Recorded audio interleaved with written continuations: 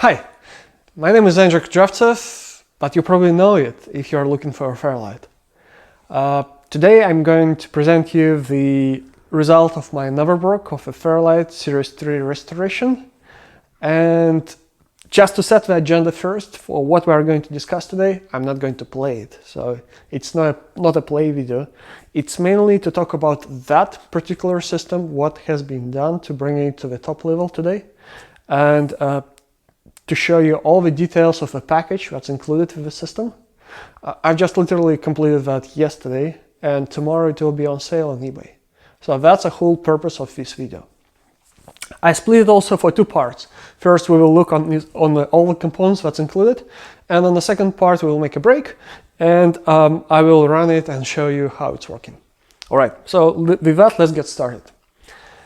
Every Fairlight Series III is a unique machine. There are just about 200 of those produced over the whole lifetime of a Fairlight, and you may expect that these machines, they were in really good professional hands back in the day. This system is not an exception. It came from Larry Klein, who is a famous jazz bass player who used to play with many other famous musicians like Peter Gabriel on his Saw tour.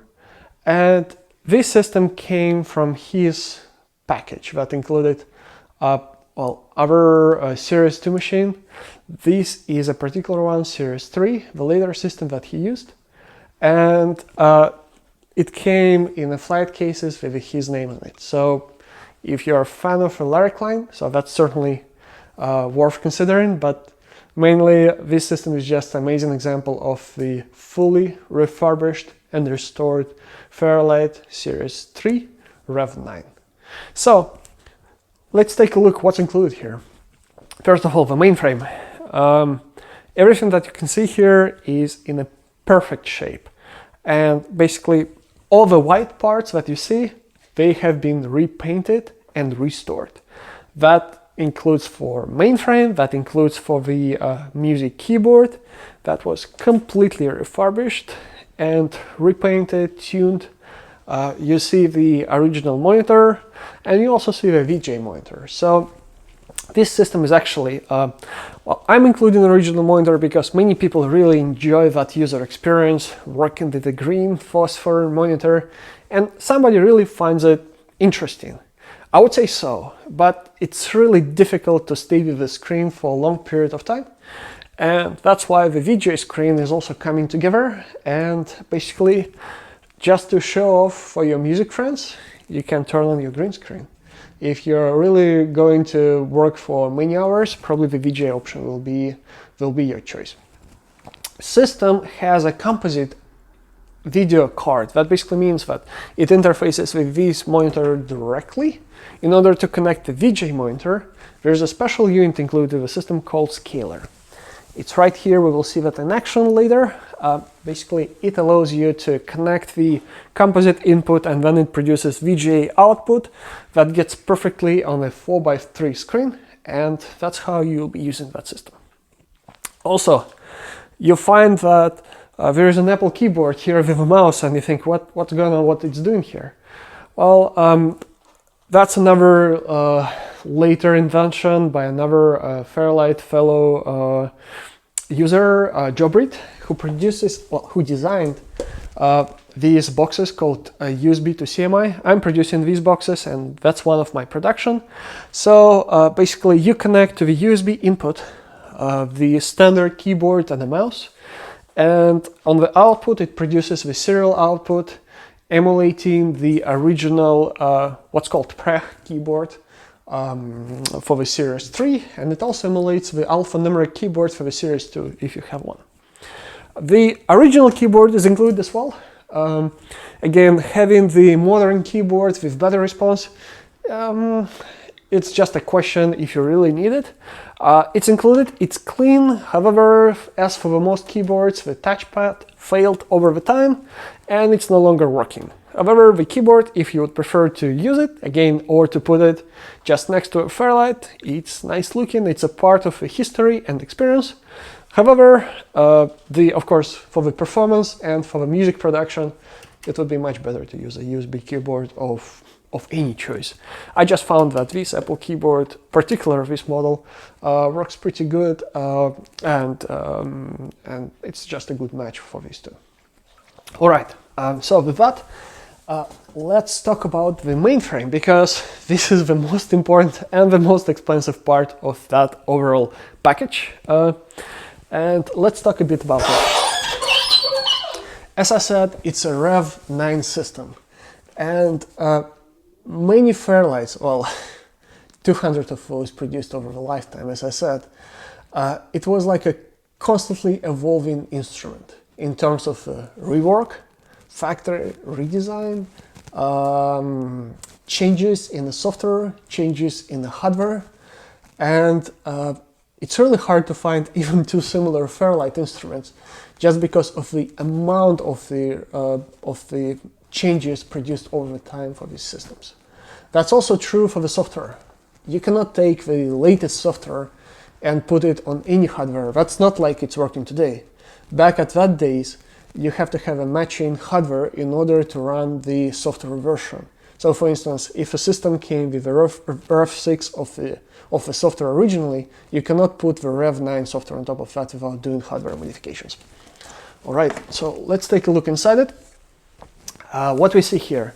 First of all, we see in the centerpiece the 8 channel cards. That basically means that you have 16 channels total in the system. It's a maximum configuration.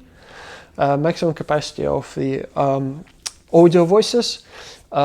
This section is typically for the memory cards, but there is only one installed, and it's a new production from the horizontal production from Peter Wilk in Australia, who produces these cards, and basically it emulates the whole capacity of a memory. So it comes with a 32 megabyte, yes, megabyte emulation, and it's on a single card. It doesn't produce a heat. It's the best possible option that you can think for the memory for these systems. On that part, it's a computer section of the system, and it's running the Rev9 system software on top of it. So all of these cards, there is no single card, except this new production, that haven't been modified. They all have extensive rework, modification, testing in order to match them to the level of the Rev9 system. And let me quickly brief what is a Rev9. Rev9 is ultimately, this is a final development of the CMI functionality, of the music instrument functionality of a Fairlight. After that, all the next development for MFX, it's all to the digital recording and the post-production capabilities. Adding the keyboard with a jog wheel, or adding just a more performant for digital recording. That's what it has been continued developing, and that was a path that Fairlight made a choice in their very late 80s. So on the Rev9, you have all the best for the CMI. You still have some digital recording capabilities, but they've been evolved after that as an order of magnitude. However, the reason why many musicians, including myself, prefer the Rev9 system, because it's the snappiest and the quickest system for CMI functionality. So everything works much faster, pages, changes quicker, and it's just a better user experience to run this system. All right, that's in front. In the side, a bin. On that side, we have 2 units. The first one is the fan controller. What it means? The system has complete rework on a fan, basically on a cooling system and a power subsystem. And it's a part of the restoration work that I'm always doing. All my system coming with that particular configuration for the updated power supply. So all power supplies inside the system for digital section, they have been updated. There are 3 total digital power supplies driving all of these. There is a special separate power supply that's driving just the cooling, so it's never interfere with another power rails. And this unit is basically controls the fan speed of all the fans. There are 4 fan domains inside the system, 3 for the digital section and 1 for the analog section on the backside, and you can control them individually. What's good is that every fan domain, it has a corresponding thermal sensor. So you may see that in my other restoration work or other videos that I record about that. And basically, you always see the temperature inside the system. Temperature is critically important. You can put silent fans into the system.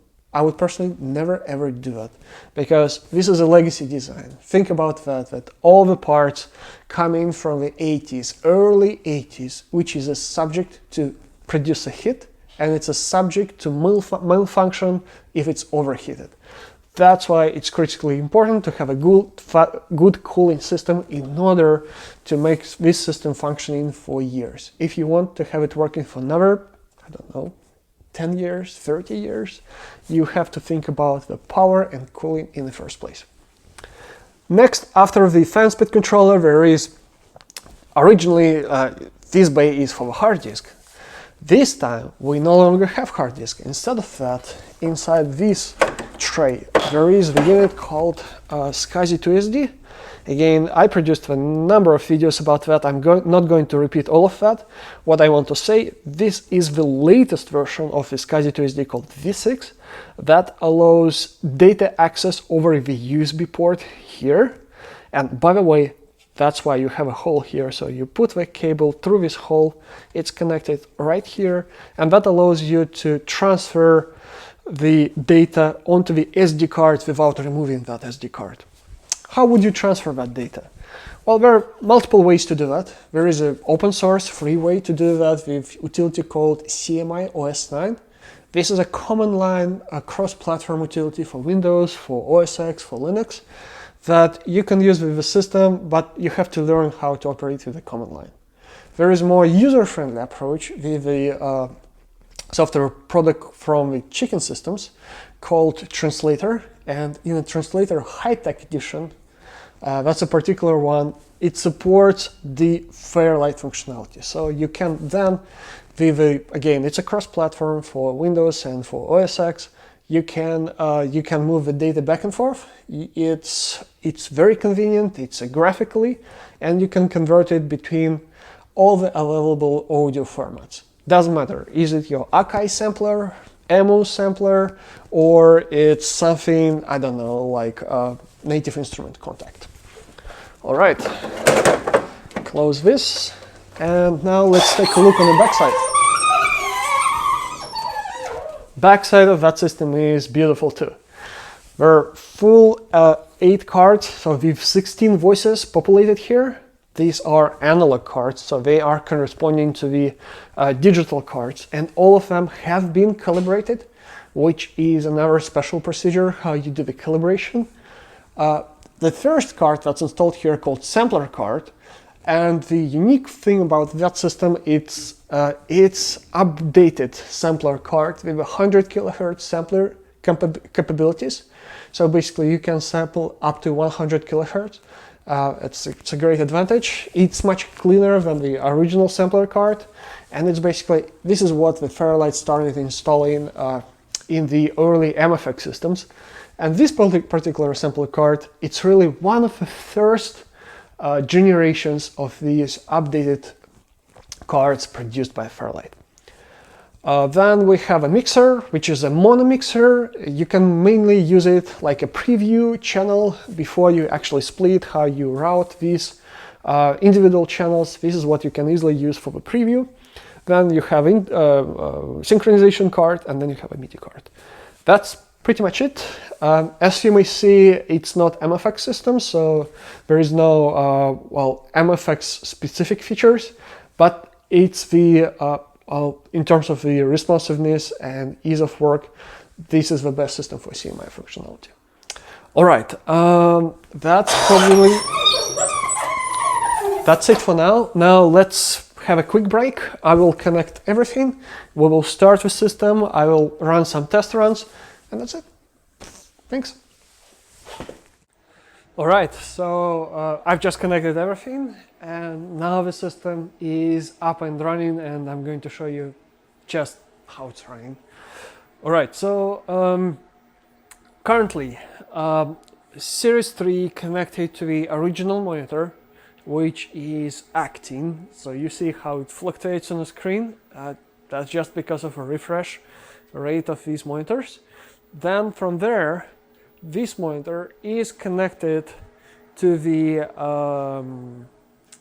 scaler box over the composite output on the back of the monitor. And then the scaler is connected to a VGA screen. So that's how you can see VGA screen. If by any reason you don't want to use the Fairlight monitor, you just disconnect the cable and use a straight cable which is also attached, just straight go to the scaler. It's currently up and running, so that's the noise that it produces. I would say it's sort of the average noise, so you can make it quieter, you can make it louder. It comes with the fans which are server grade level, so they can be very noisy. And all you do, you just control it with the pots for every area. And these are numbers that correspond to the RPMs, basically rotation speed of these fans. And these are temperature sensors corresponding again to the same domain zones. So you can basically watch these and adjust the RPM based on these.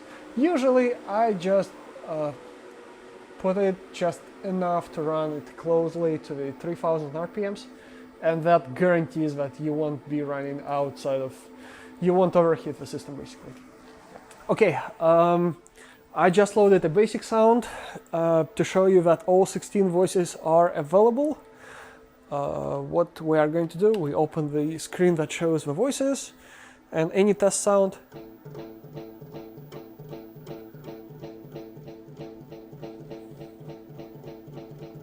So all 16 voices acting perfectly matched, calibrated, working. Also the USB to CMI unit is working because you can see, first of all, my mouse and my keyboard is working. And the screen of that USB to CMI unit is basically, it duplicates what you see on the screen on the music keyboard. That is pretty much it. So it's easy to show, it's really hard to achieve. Fairlight cases included with the purchase. Everything will be packed into the original Larry Klein cases. Will arrive to you safe, no matter where it goes. It can go domestically in the US, then it will be obviously a freight company. It can go internationally, then basically it's your responsibility to pay custom fees. Don't forget about that. But it will be protected. So monitor will go into this case, and the mainframe will go in a bigger one. This case is specifically for a music keyboard. Everything will be perfect. All right, I think that's it. I wanted to talk to you. Again, thanks for watching another restoration video, and see you soon on eBay. Bye.